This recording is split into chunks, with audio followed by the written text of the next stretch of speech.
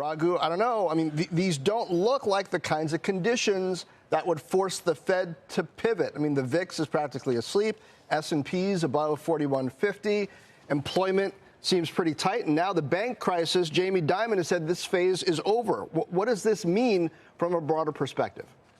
Well, you left out inflation, right? Inflation is still pretty strong. Core inflation numbers have not come down. They've flattened out. And, there's not a lot of comfort in those numbers. So, yes, I think the betting is that the Fed will, unless there is some very sharp numbers in credit tightening, the Fed will raise interest rates once again in a few days. And then there is a question of what it'll do next. I mean, it certainly will watch.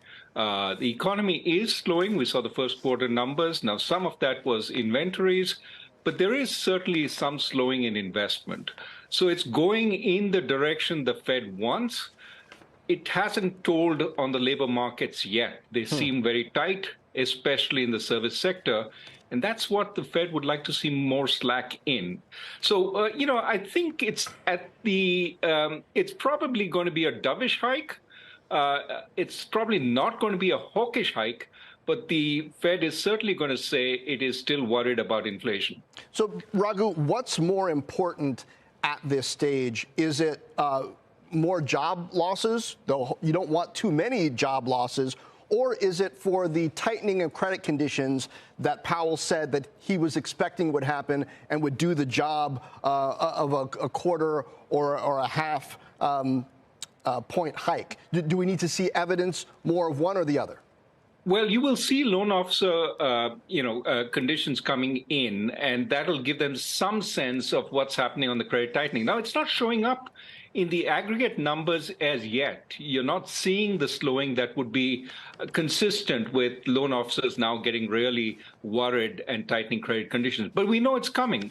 We also know that while the first phase of the banking problem is probably over, there is a slow burning, distress emerging in the banks as they find they have long-term loans made at low interest rates and their deposits are repricing to much higher interest rates. So their profitability, especially the small and medium sector, is getting hurt.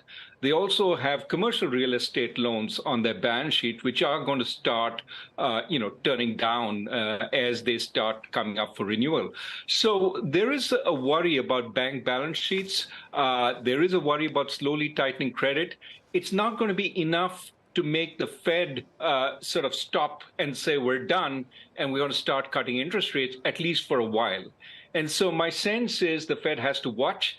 It can't say we're done this time around. It's going to hope that the economy is slowing the right direction. The problem, however, is it's never been able to slow it just enough. There's always been an overshoot in terms of slowing, which typically means a recession. Okay, what you're saying is so important, particularly for the market this week, where there does seem to be this pricing in of, okay, we're going to get another 25 basis points, but that's going to be it.